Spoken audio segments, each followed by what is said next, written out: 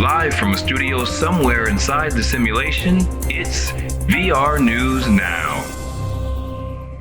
Good morning, good afternoon, or good evening, whatever time of day you are watching this video. Welcome to VR News Now, the #1 destination for all things VR news, and at a time when VR seems to be in constant turmoil in the form of studio closures and layoffs, today's lead story is actually a nice shift away from the doom and gloom, as Meta has announced that it's rolling out its brand new UI overhaul, codenamed Navigator, to some users on its public test channel that will provide Quest users with a sleeker, more streamlined interface to interact with, and this update seemingly takes the step of providing its users with an overall more accessible and comfortable experience with a nice translucent background and the newfound ability to pin up to 10 different library items, also adding to the list of improvements. While these changes for now will be limited to the public test channel, this one is, quote, expected to roll out gradually to all users over the coming months, and according to Meta, this update is based on everything we've learned over the last decade, and this is just the beginning of a broader evolution of Horizon OS.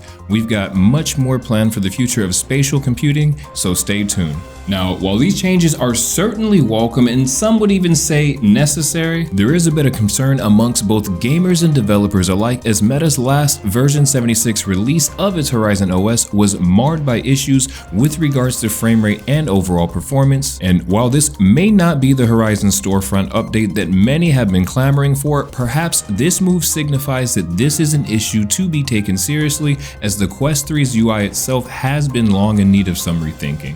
But as this update unveils, we here at VR News Now will certainly be keeping our eyes out for any new information, so be sure to subscribe to the channel to stay up to date on all the latest changes. Now for our next story, we turn to a title that we were actually looking to do a big first impressions segment on for today's program, Zombie Army VR. However, at the 11th hour, publisher Rebellion announced to fans that this one will be getting pushed back to a June 12th release date without any further information as to why. The only thing they have released is a statement that reads, "Dear Dead Hunters, we wanted to share an important update about the release of Zombie Army VR. The game will now launch on all formats on Thursday, June 12th.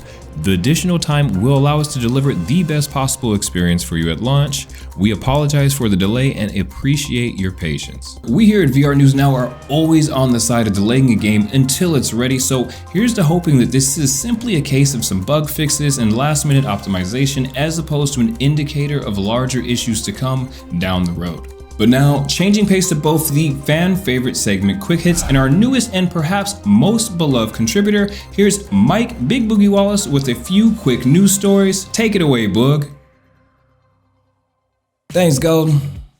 Mike Big Boogie Wallace here, but you already knew that, baby. And today is all about optimism in these somewhat uncertain times here in VR, because as the ladies already know, Big Boog likes to keep the mood solid. And in a pretty solid move itself, the 9 Lives and Cosmo Games developed physics-based action game Into the Darkness is hitting early access tomorrow as of the recording of this video, as this PCVR exclusive title has very much a Boneworks vibe to it and promises gamers a ton of weapons, a fully interactive environment, and is being billed as a narrative-driven sci-fi adventure title, baby.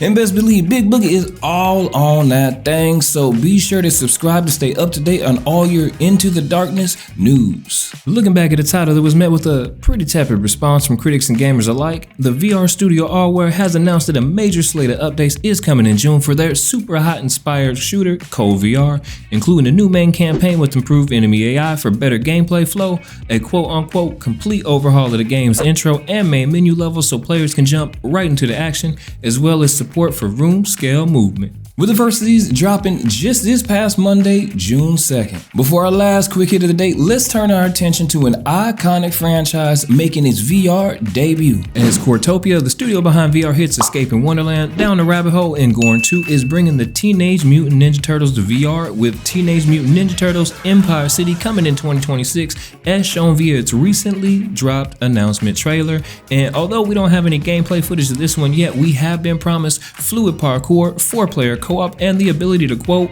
master each turtle's signature weapon with precision strikes and blocks in this first-person action adventure. If y'all know Big Boog, then y'all know this cool cat is right up my alley, and I'm gonna be on this like a fly on. This has been Mike Big Boogie Wallace, VR News Now.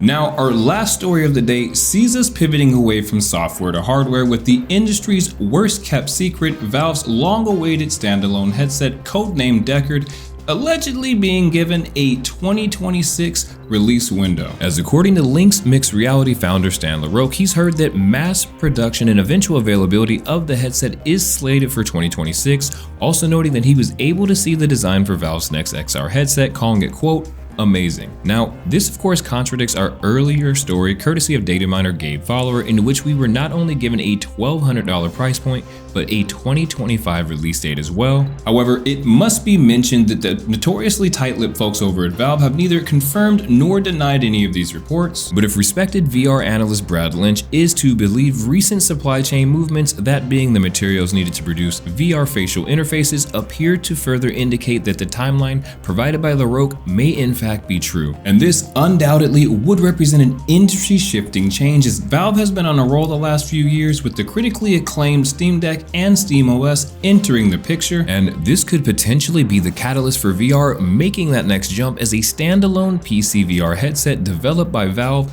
could indicate yet another huge launch title to accompany it, meaning that VR could be looking at another hit in the vein of Half-Life Alyx. But once again, as none of this has been corroborated by Valve themselves, this is all speculative at the moment and it must be taken with a grain of salt, but best believe that as any new information breaks surrounding the Valve Deckard, or whatever it may actually end up being called, we here at VR News Now will be there to keep you locked, loaded, and informed about all the new happenings, so stay tuned for that. But that's all we've got for you today, folks. As always, I am your host, Too Damn Golden. You've been watching VR News Now.